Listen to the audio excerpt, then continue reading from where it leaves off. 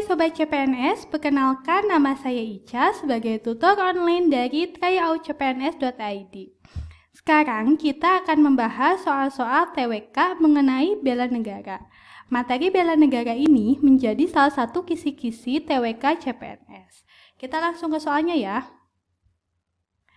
Salah satu contoh wadah berekspresi, beraktivitas, berorganisasi bagi pemuda yang secara yuridis pernah diamanatkan sebagai salah satu tahap awal pendidikan pendahuluan bela negara adalah A. BEM, B. Gerakan Pramuka, C. Taman Siswa, D. Pemuda Pancasila, dan E. Budi Utomo. Nah, kata kunci dari soal ini adalah tahap awal pendidikan pendahuluan bela negara. Di sini diketahui bahwa pada Undang-Undang Nomor 20 Tahun 1982 ada tentang pendidikan pendahuluan bela negara, yaitu pasal 19 ayat 1 dan 2. Kalau ayat 1 itu tentang terselenggaranya pendidikan pendahuluan bela negara. Kalau yang ayat 2-nya itu menyatakan tahap awal pada pendidikan tingkat dasar SD sampai SMA itu harus gerakan pramuka, sedangkan tahap lanjutannya pada tingkat pendidikan tinggi. Maka jawaban yang di sini adalah yaitu gerakan pramuka B. Soal selanjutnya. Pengarah dalam menyatukan pola pikir, pola tindak, dan cara kerja intersektor, antarsektor, dan multidisipliner. Cara kerja ini selanjutnya diterjemahkan dalam RJP yang dibuat oleh pemerintah yang mencakup kebijakan dan strategi pembangunan dalam setiap sektor untuk mencapai tujuan nasional. Mewujudkan masyarakat adil dan makmur merupakan salah satu titik-titik ketahanan nasional. A. Prinsip, B. Fungsi, C. Asas, D. Ideologi, dan E. Cita-cita. Nah, di sini kata kunci soal ini yaitu menyatukan pola pikir, pola tindak, cara kerja intersektor, serta ketahanan nasional. Jadi di ketahanan nasional itu ada prinsip, fungsi, asas, ideologi, dan cita-cita. Tapi yang bisa menyatukan pola pikir itu masuknya apa? Oke. Dalam ketahanan nasional itu memiliki fungsi. Yang pertama, intinya itu pengarah dalam menyatukan pola pikir, pola tindak, dan cara kerja intersektor, antarsektor, dan multidisipliner. Kalau yang keduanya itu pengarah bagi pengembangan potensi kekuatan bangsa dalam berbagai bidang. Dan yang ketiga itu sebagai daya tangkal. Daya tangkal apa? Dari segala bentuk ancaman, gangguan, dan hambatan, serta tantangan terhadap identitas. Jadi, di sini ada 3 fungsi. Dan fungsi yang pertama ini sama dengan soal. Kata kuncinya menyatukan pola pikir, pola tindak, dan cara kerja intersektor, antarsektor, dan multidisipliner. Maka jawabannya adalah fungsi ketahanan nasional B. Soal berikutnya. Nomor 3.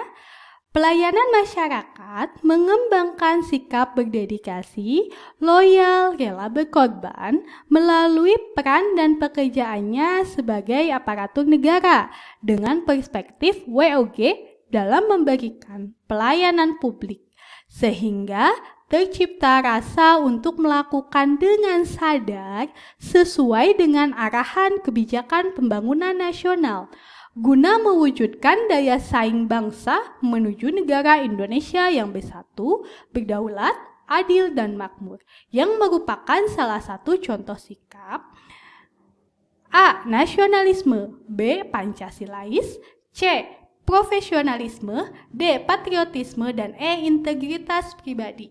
Dari sini kita mendapatkan kata kunci mengembangkan sikap berdedikasi, loyal, dan rela berkorban menuju negara Indonesia yang bersatu, berdaulat, adil, dan makmur.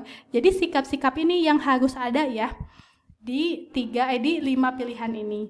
Oke, caranya kita harus tahu pengertian dari nasionalisme, Pancasilais, profesionalisme, patriotisme, integritas yang artinya mengacu kepada sikap-sikap ini.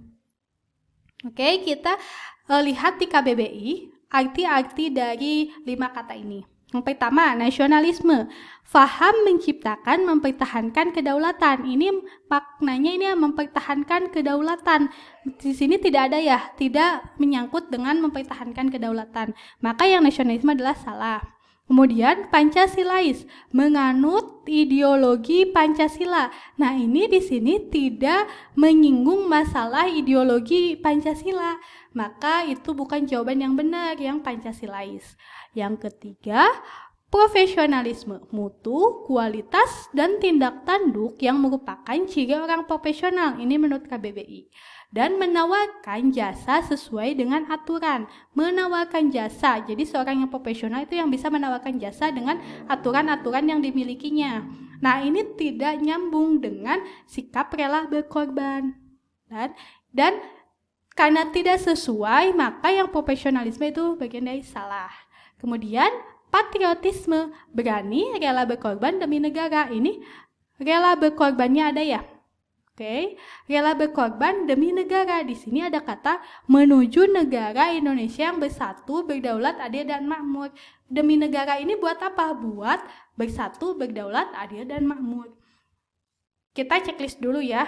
Bisa jadi ini nomor 5 juga sama, mirip-mirip jawabannya. Kita lihat integritas pribadi konsisten dengan nilai-nilai.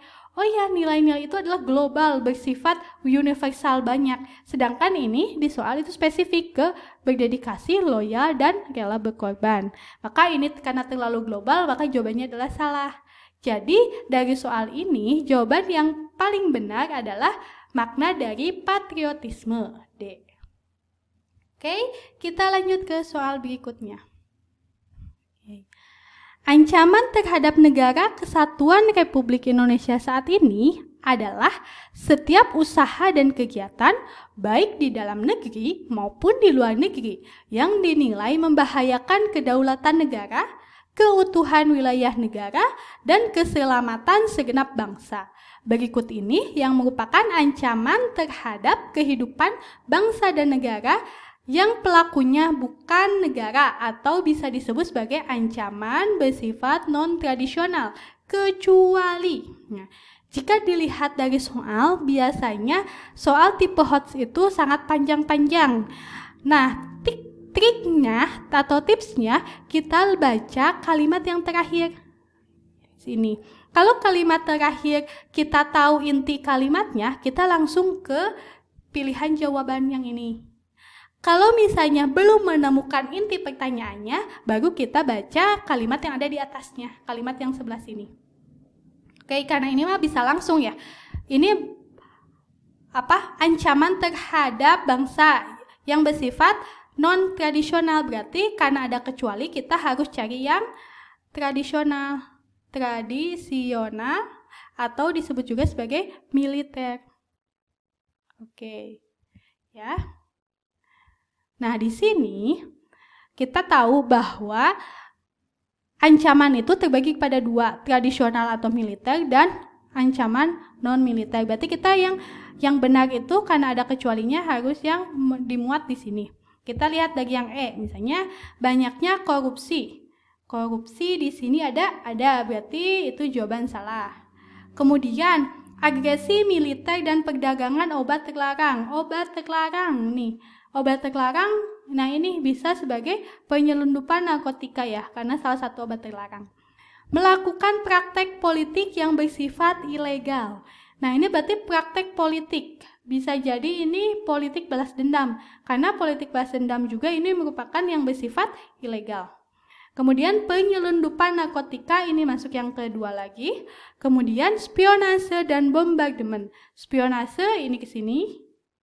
Dan bombardemen yang pengeboman, berarti masuk ke nomor 10.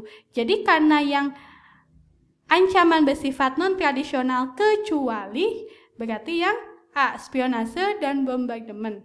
Nah, tapi kita pengen tahu makna dari spionase dan bombardemen. Kita akan bahas ya maknanya. Oke. Spionase itu penyelidikan secara rahasia terhadap data kemiliteran dan data ekonomi dari negara lain. Secara nggak langsung ini kayak mata-mata, ya. mata-mata untuk mendapatkan data orang lain, data dari negara lain. Kalau ini bombardement, ini ancaman menggunakan bom atau senjata. Biasanya menggunakan ini, bom atau senjata. Ya, jawabannya adalah yang A.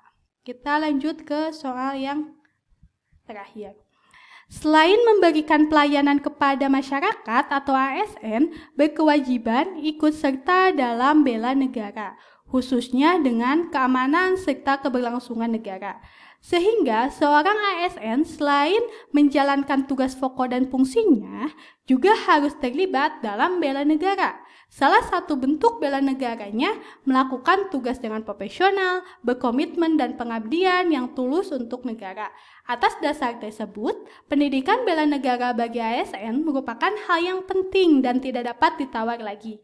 Pendidikan bela negara dipandang relevan dan strategis, di samping untuk pembinaan pertahanan negara juga berguna. Dari soal ini, kita bisa mencari intinya, yaitu kegunaan dari bela negara ya.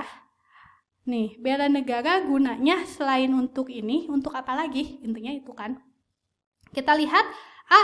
Meningkatkan pengetahuan tentang pentingnya bela negara. B. Meningkatkan pemahaman ASN dalam pengabdian pada negara. Meningkatkan pemahaman dan penanaman jiwa patriotisme dan cinta tanah air.